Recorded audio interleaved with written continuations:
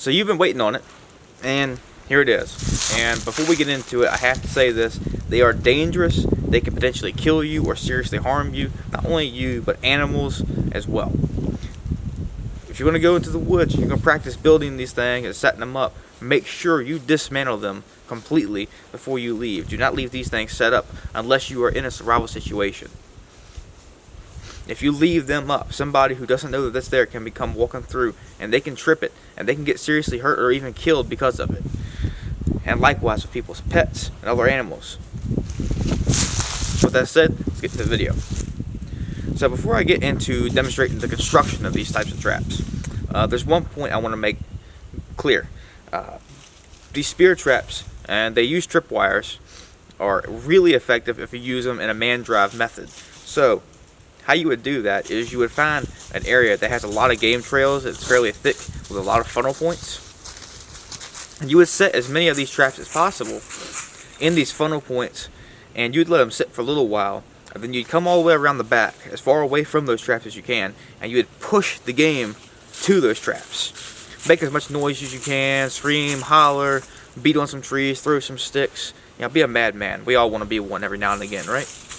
And what they'll do is the game will pick up, and they won't be paying as much attention about being finessey about where they step and where they walk. So they'll trip the traps a lot easier. And because they'll be running, they'll have more forward momentum, which will push the stakes further into their bodies. And another point to take note of is that certain animals are very intricate about how they walk and how they step. So animals like deer, rabbits, and certain kinds of squirrels, and those kind of creatures, they're careful about where they step. They tend to step over things. Now, whereas pigs, now actually both of these traps are really effective for wild pig. So if wild pig is in your area, good for you.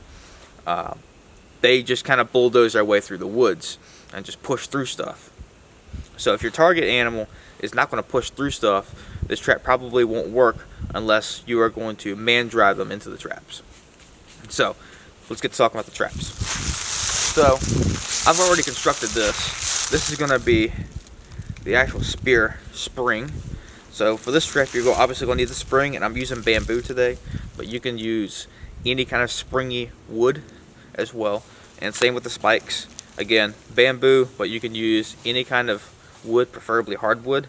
But I like bamboo, not only because it's light, because it's extremely springy, and they make really nice, sharp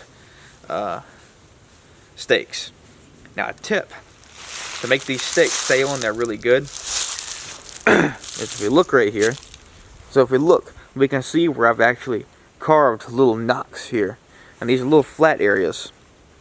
And you carve these little notches both into your spring and into your stakes when you go to tie them on.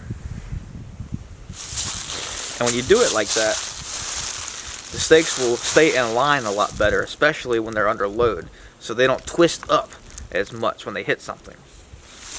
The other tools you're going to need your primary post. You're going to need 2 posts, and you're going to take one of them, and you're going to put a complete notch in. If you can see that notch right there. And you're going to need a trigger stick. This is going to be your secondary trigger stick, or I'm going to call it the secondary trigger stick. You're going to carve a similar notch into it, and these are going to fit together just like that. And you'll tie these together.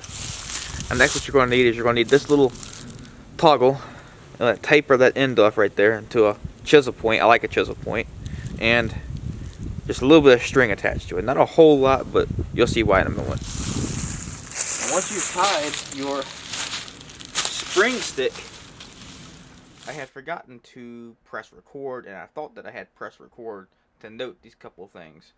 But you're going to want to select a section that's on a trail where there are 2 trees growing closely together that you can wedge a stick in between.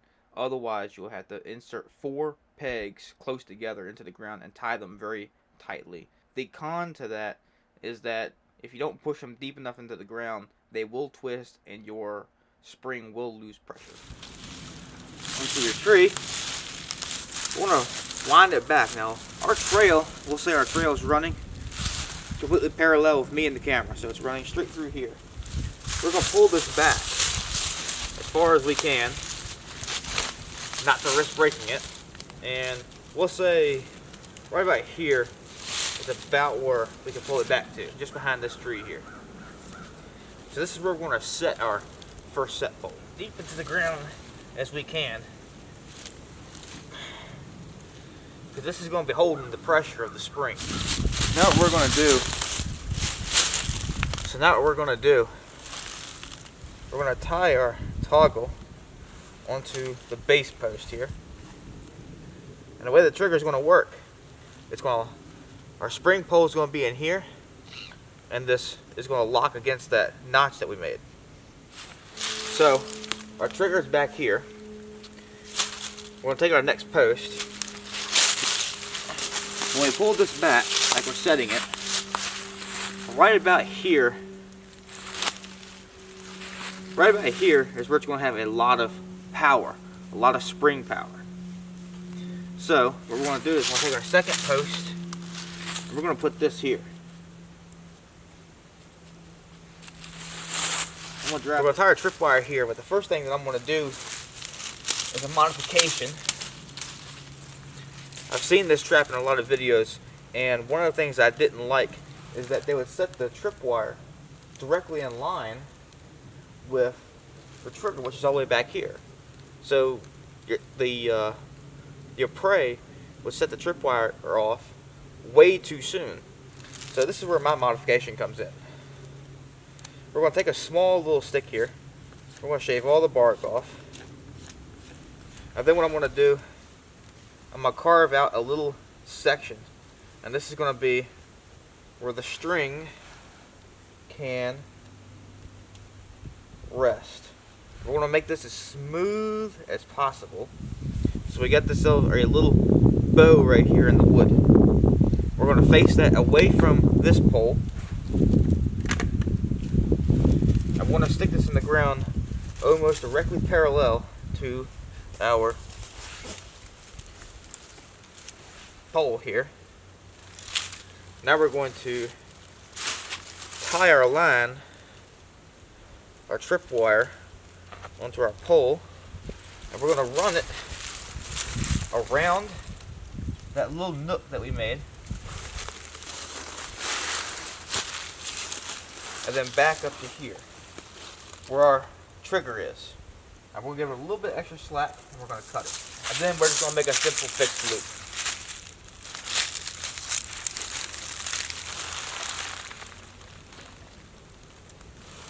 So what happens is when the tripwire is tripped, it rotates off of here and pulls our toggle off.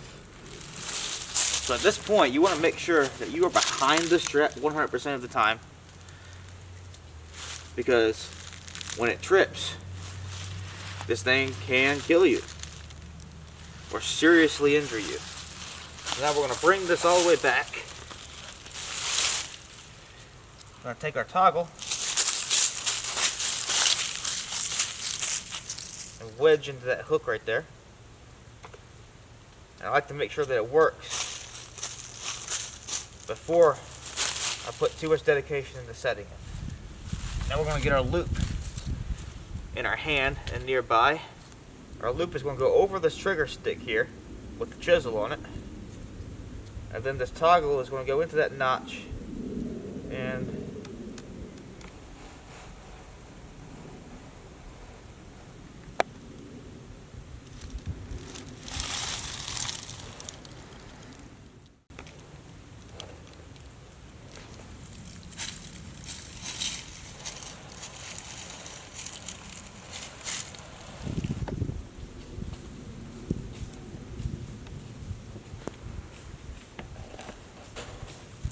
so now at this point, the trap's set, and let's show what happens when something runs through it.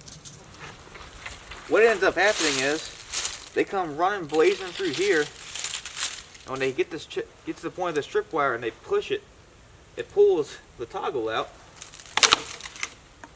and end of the game for the animal.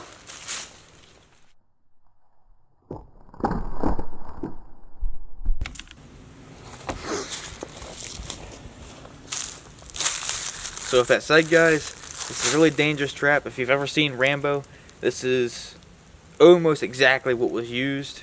I don't know if the trigger was different, but this is based off of a Vietnamese punji stake type trap, and it has been used for game and wild animals before. It's a really effective trap, but also a really dangerous trap. I really cannot emphasize how dangerous this trap is. If you saw the slow motion, you understand that it broke the stick out of my hand. There is a lot of power there that is focused on these tiny little points. So with that said, I'm running out of time today to keep on filming. So next week I'm going to come back with another type of spear trap. And it's similar but different. And it acts more like a hammer and anvil. And really good for pigs or other types of game that are just bulldozers. So with that said, guys, thank you for watching. Don't forget to like, subscribe, and comment. If you haven't already, hit that bell icon down below. You'll get notified that every time that I upload a new video. I upload every Saturday at 12 o'clock where I live. I'm hoping to keep that, but I'm worried about this summer. This summer's gonna be terrible because we've had an awful winter. But I saw a comment where somebody was asking about net traps. So I want to do some stuff on net traps in the future, but the problem is that I do not actually personally own any nets. And you know, likewise, I could just use a t-shirt or a tarp or whatever, but not yet. So I'm going to get to that in the future. After next week's spear trap video, I'm going to start including just a few random trap videos every here and there throughout the rest of my channel. As I learn new ones that I already know. I just wanted to cover some of the basics and the really cool ones in this series. So that said, I'll see you guys next week. Thank you for watching.